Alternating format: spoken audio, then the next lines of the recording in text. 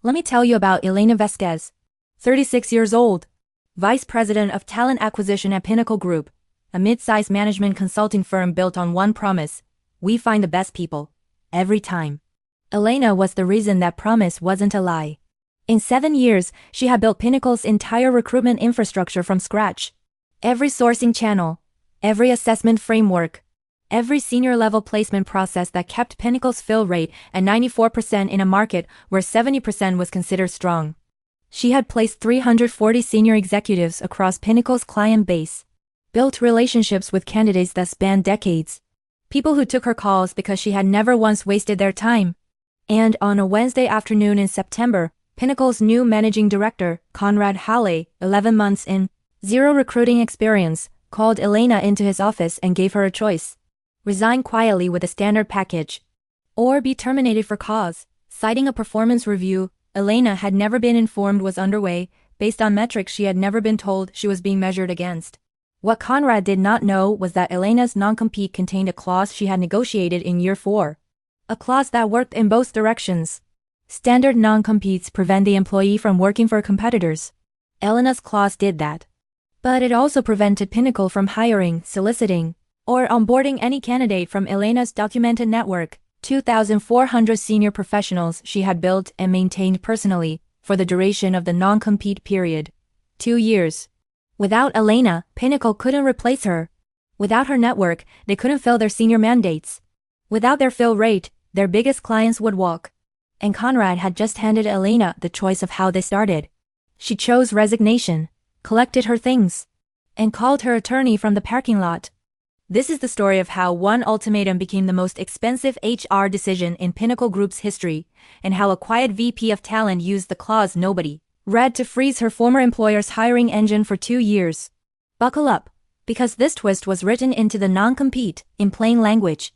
On page 3. It started 4 years into Elena's tenure. Pinnacle had just lost 2 senior recruiters to a competitor.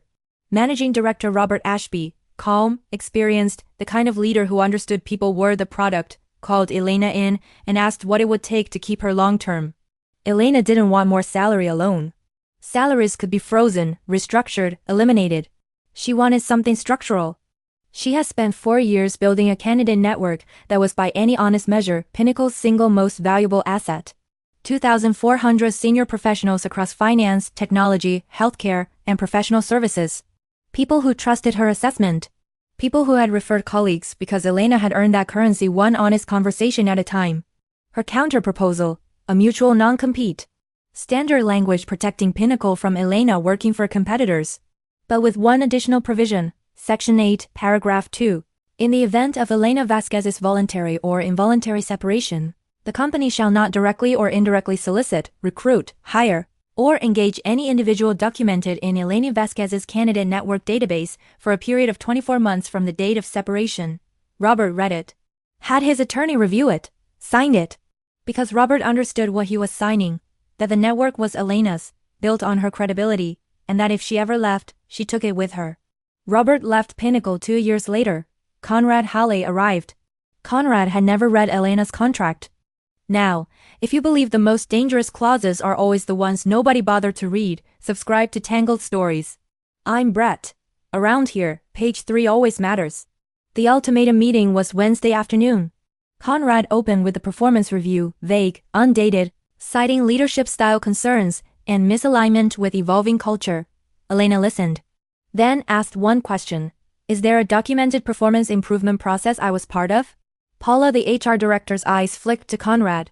This review reflects ongoing leadership observations, Paula said carefully. In writing? Elena asked. Silence. The firm is prepared to offer a resignation package, Conrad said, redirecting. 8 weeks, non-disparagement, clean break. And if I don't resign? Elena asked. We will proceed with termination for cause, Conrad said. Elena looked at him. Conrad had the expression of a man who believed this conversation was almost over. I'll resign, Elena said. Conrad visibly relaxed. I think that's the right decision, he said. I'm sure you do, Elena replied. She signed, shook hands, packed her office, called her attorney Marcus Webb from the parking lot. No, documented peep, no prior warnings. They pushed me out with a resign or be fired choice. Marcus was quiet. Did they ask you to sign a general release? Non-disparagement only, Elena said. Marcus exhaled, the exhale of an attorney who has just seen a door left wide open. Did they review Section 8, Paragraph 2? He asked. Conrad has been here 11 months, Elena said. He's never asked about my contract. Send me everything tonight, Marcus said. Letter to their general counsel by Friday. Marcus's letter arrived Friday morning. 3 pages. It outlined Section 8, Paragraph 2 in full. It noted that Elena's 2,400-person candidate network was now subject to the mutual restriction. Pinnacle could not solicit, recruit, hire, or engage anyone in that database for 24 months. It closed with 1 paragraph. Ms. Vasquez's candidate network represents the primary sourcing pipeline for Pinnacle Group's senior-level placement mandates. Any breach of Section 8, Paragraph 2 will be pursued through injunctive relief and damages, including lost licensing value of the restricted network. General Counsel Andrea Moss read the letter. Pulled Elena's employment agreement. Found Section 8, Paragraph 2, read it 3 times, called Conrad. I need you in my office, now. Conrad arrived expecting a routine update. Andrea placed the letter on her desk. Read Section 8, Paragraph 2. Conrad read it. Confusion, comprehension, dread. What does this mean practically? He asked. It means we cannot recruit from her network for 2 years, Andrea said. Her network sourced 71% of our senior placements in the last 3 years. Without access to it, our fill rate drops significantly. How significantly? Conrad asked. Andrea slid the data across. 8 clients.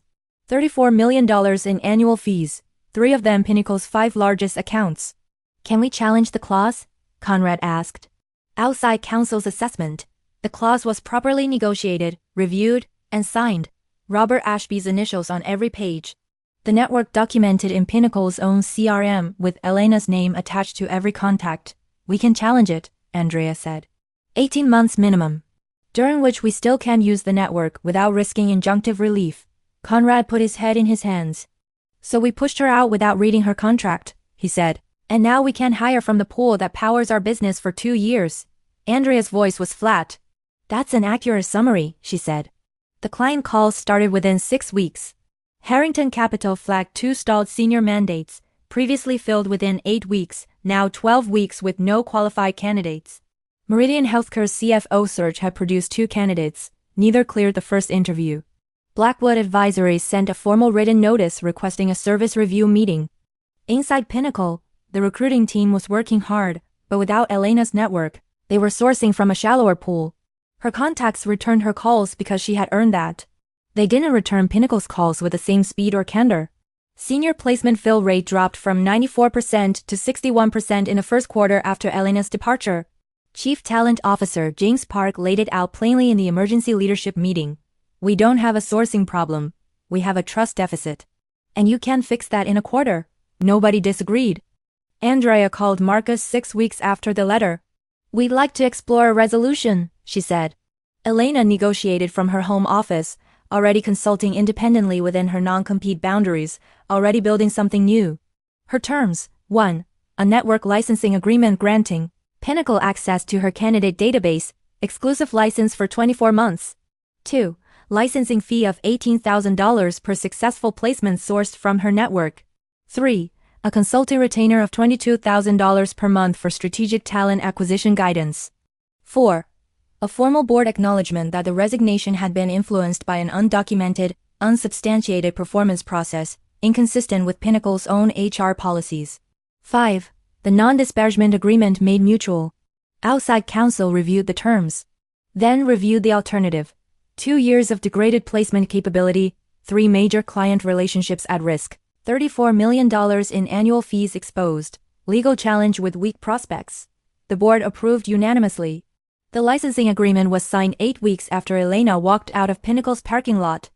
The first placement fee hit her account 31 days later, $18,000, for a candidate she had known 6 years. Who answered within 20 minutes.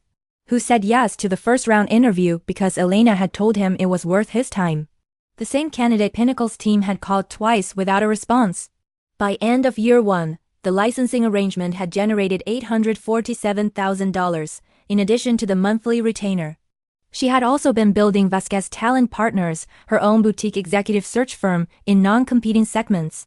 By the time the non-compete expired, it had 11 clients, 4 full-time staff, and a reputation built on the same foundation her career had always been built on. Relationships maintained with honesty and consistency over time. Conrad Hale left Pinnacle 14 months after Elena's departure. Paula restructured Pinnacle's HR documentation process, mandatory PEEP requirements, formal warning documentation, contract review before any separation conversation. James Park was promoted to Chief Talent Officer. His first act, mandatory reading of every senior employee's contract before any performance or separation discussion. He told his team the same thing every time a new contract crossed his desk. Page 3. Always read page 3. Elena keeps the original non-compete framed in her office, not the licensing agreement. Not the retainer confirmation, the original, page 3. Section 8, paragraph 2. Underneath, in her own handwriting. The clause they didn't read was the one that mattered most.